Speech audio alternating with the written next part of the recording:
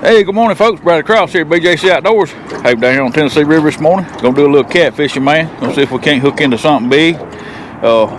Been a tough couple weeks in my area, man. With the raging current, the water's still up, the current's still flowing. They're slowing it down a little bit, but everything's still way above what it's supposed to be. They're still running around 120 CFS through the dams, and that's rolling, man.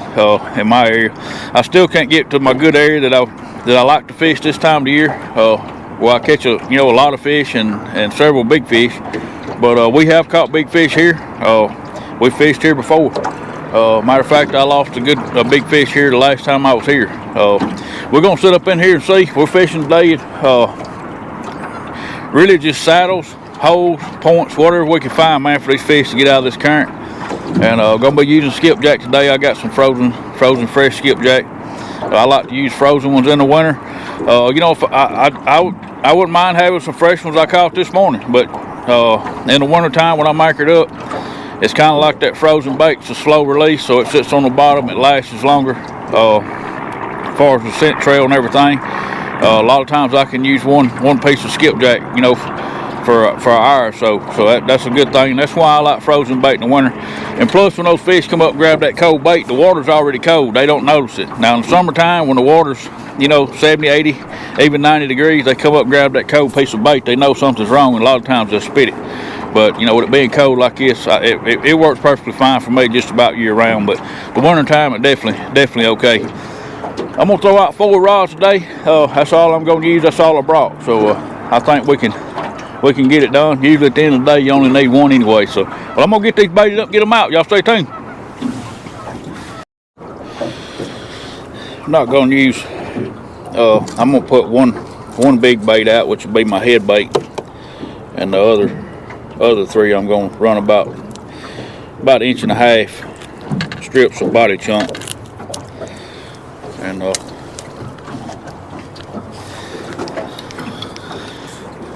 like I said, I'm gonna run one big bait because I still believe the fish are probably gonna be picky right now. Yes, sir. That felt good right there, man. I got a deep hole. Well, I say deep. To me, it's deep. Back here about 25 foot, and I got one about 25 foot on this side. And there's a saddle right here that's between both of them. It's kind of like a highway for these catfish to travel from hole to hole or whatever they're doing. A lot of bait up here. I don't know if y'all can see all the birds. There's birds everywhere. They're not running as much water as they was the last time I was here, but that's probably a good thing because it was just way too much last time. But still pretty stout. Using old Mid-Atlantic Catfish Company Bounty Hunter 10-aught, man. My favorite hook there is. One of the best hooks on the market, no doubt.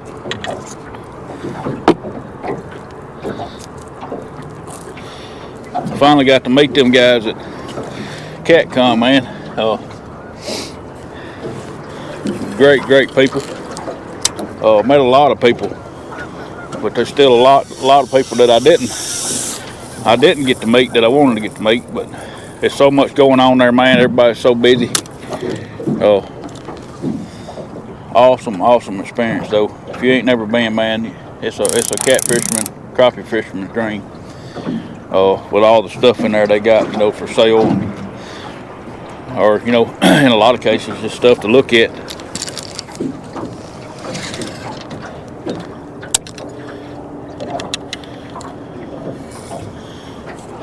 But y'all check them out, man, if you get a chance, looking for some of the best terminal tackle on the market. They got a lot of selection of hooks, man. It don't matter if you're a trophy fisherman or you just fish for eating size fish. They got tackle for everybody, man. It's not just a trophy deal. But we are locked and loaded, man. We may have to move around out here and find where these fish are set up at. Again, I had to do that the last time, but I did find the majority of the bigger fish were kind of set up in this area. Of course, they've cut off a lot of the current that I had back, when I was here. I guess it's been a week and a half ago.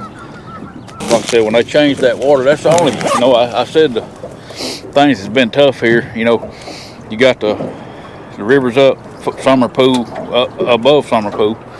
Then you got all this flow. Well, you know, you can catch fish. You can do real good in this time if you get in the right spot. But the problem you have is they're constantly messing with the water. You know, like they'll fill this lake up, and then they'll slow it down and push it out into the next lake down below us. And that kind of, it affects the fish. You know, every time they change that water, and it don't take much either. It'll reposition them. You know, they may go up, go down, you know, right, left, or they may move completely out of the air. You know, it just depends. So. Go, folks.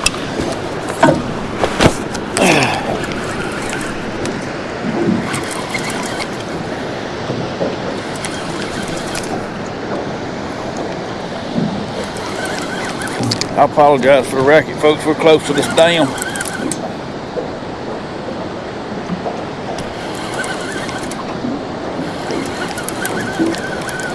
You got the traffic coming across it and the water running through it.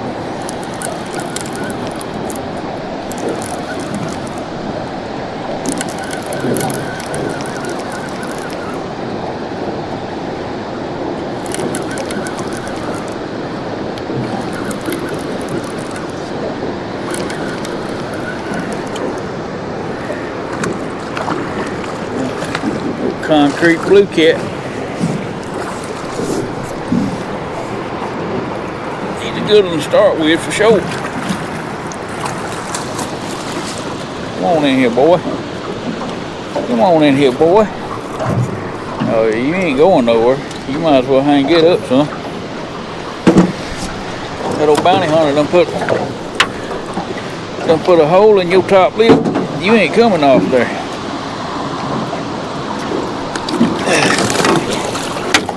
Boy,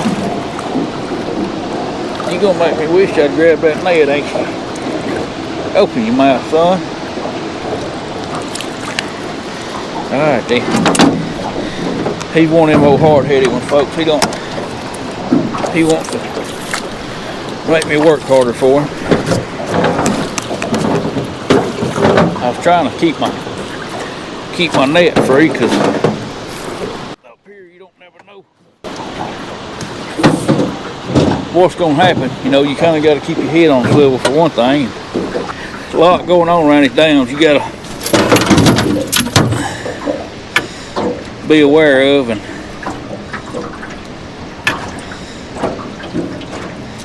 I was gonna try to grip him so I wouldn't have my net tied up.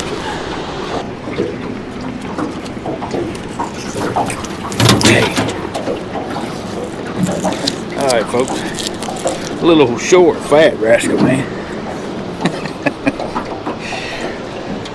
Buddy, I sure appreciate you. That's a good one to start with, man. Like I said, you gotta, I know there was some big fish up here, but like I said, I'm having to bounce around. I've hit 2 or 3 spots trying to find a fish, and I just set up right here. And he was here anyway. But that's a quick bite, man. That's always a good sign. Usually if there's fish up here, they're feeding, so. Well, that's awesome, man. I'm glad to get that fish in the boat just to know that there's some still up here. Because all this water right here, all this area right here, with the floodgates on, it was blowed out. So anything up here now is just either what's left here or what's coming back to their winter home, because there are some deep holes around this dam, but right here we're sitting in 8 foot. So there we go, folks. I just throw them out. I got hung up back here, and I backed up to get them loose. Man, these jokers up here fast.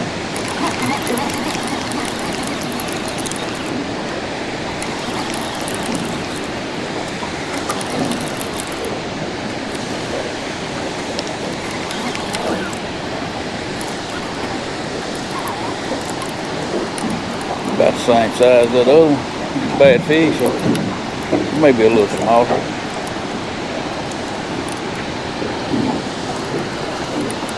You got to find the sweet spots around these dams.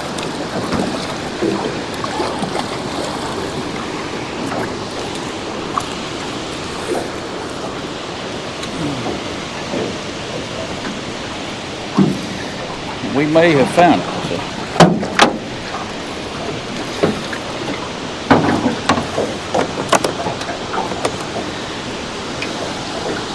Open up, big boy.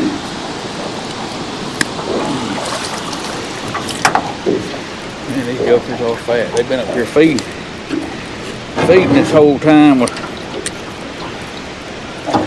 all the sludge going on. Fat rascal. Little short, stubby little dude. Buddy, I appreciate you. Sure do.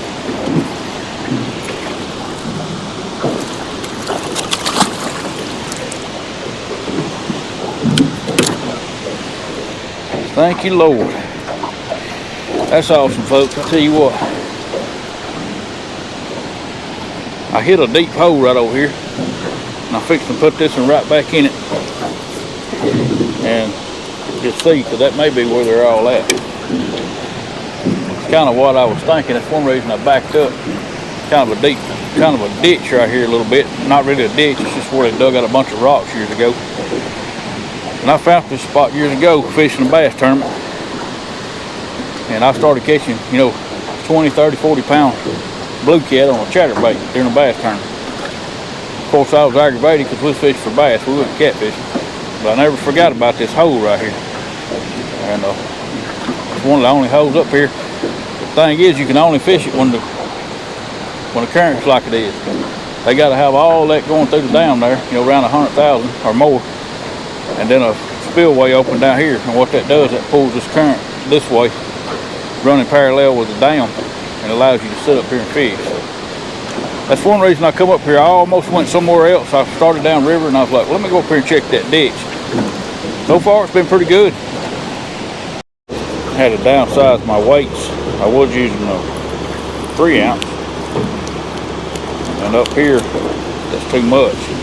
Even though the water's deep enough for it, the way the current is here, the trolling motor moving back and forth, it got me hung up on all 4 rods. So I swapped to reduce my weight size down. And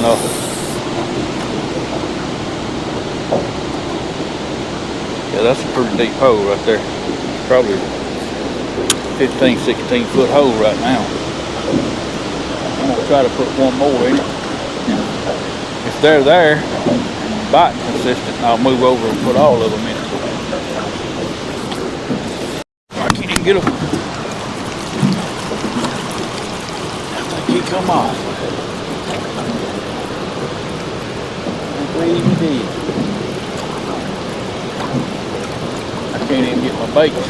I got one over here I broke off in that last spot.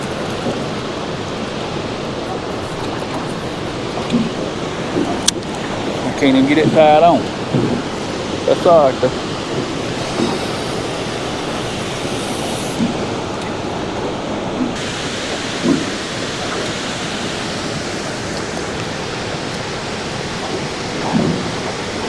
That's got a fish on this. This done went slack way over yonder. Yep, it is. Sure is. Good fish too.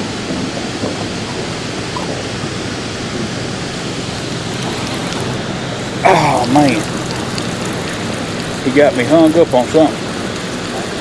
I had this line out that way. Man. He didn't get my head though. That's a good sign. You definitely don't want to anchor down up here. The reason I say that is because at any time they could cut one of these floodgates on. And you don't have time to get your anchor up and get out of the way.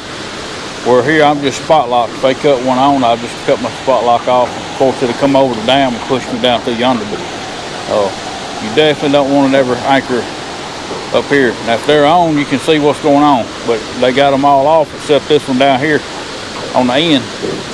And like I said, they could cut this one on right here beside me. And if I was anchored up, I'd go down. I mean, it's too strong of current to take that chance. Oh man, he come off.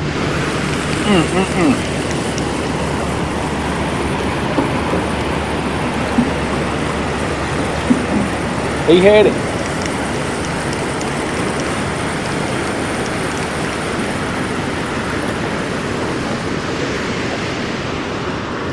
I knew that would work. I've done that before.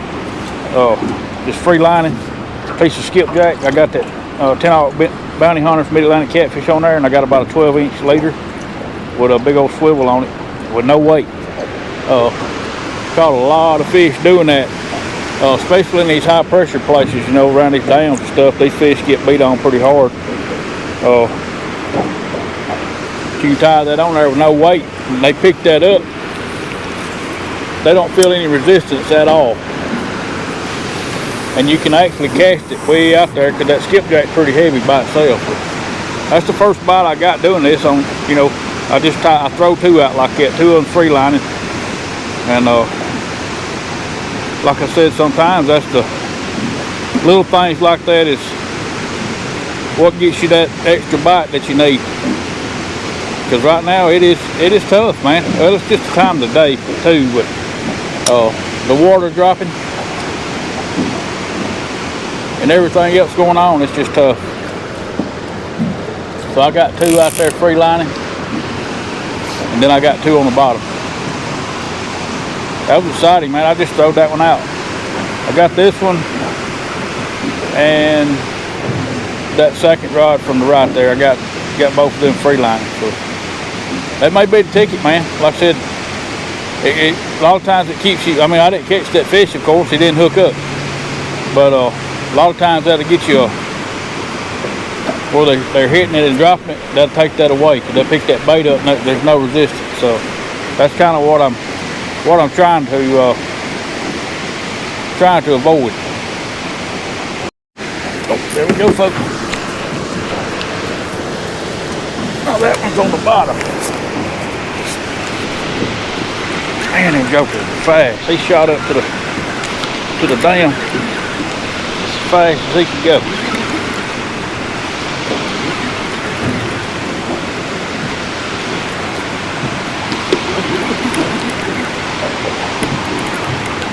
Come on, get out of there, get out of there.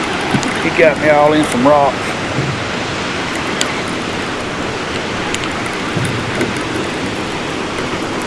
I couldn't tell what size is or anything. He's doing all that flopping. He's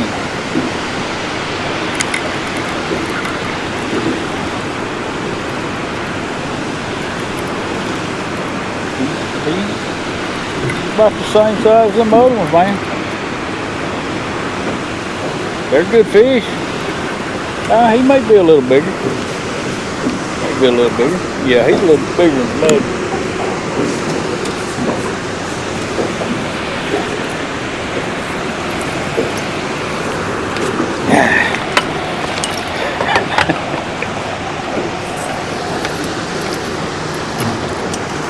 Oh, mate. Yeah, that's a lot better fish right there, man. We may end up hooking up with a mongo up here. You never know. You never know. I'll tell you something I've noticed, folks, and I don't know if y'all are seeing this in y'all's area or not, but little leeches, man, or some kind of parasite. I don't know what they are. They look like little bitty tiny leeches, maybe. I don't know. I don't know what they are. They've been on just about every fish I've caught. Not really on the bigger fish, but on that size and smaller. I don't know if it's where they're Well, I mean, I've caught them deep, caught them shallow. Most of them been shallow, but I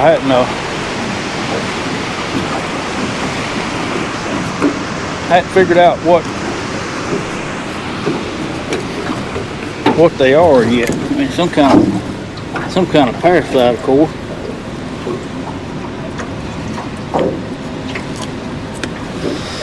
That's a good fish right there, y'all. Oh, that's the biggest one in the morning. I don't know if y'all can see those little parasites on there, man. Little bitty brown, light brown parasite. That's a good solid fish right there, man. Tickled to death with him. Well, buddy, I appreciate you, man. Sure do. Man, they look rough around these dams. All cut up, beat up. I guess when this water changes and comes on and stuff, it beats them up on the rocks, is all I can figure. The ones I caught down here on my last trip, man, they was beat all to pieces. Thank you, Lord. That's a better one. They're getting bigger. They're getting bigger.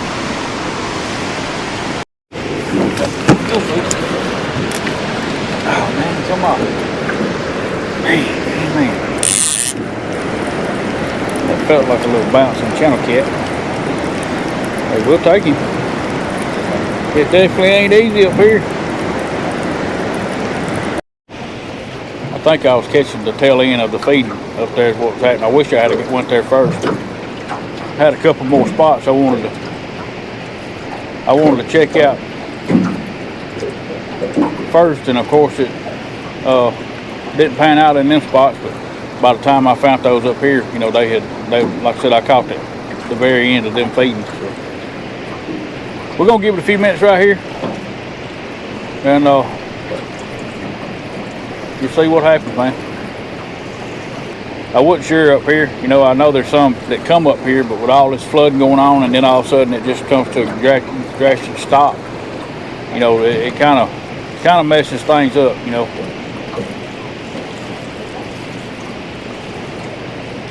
They don't tell you how many floodgates they got on, or how many, you know, how much water's coming through the floodgate. But you know, TVA, you know, of course they do what's coming through the turbines and everything up here, and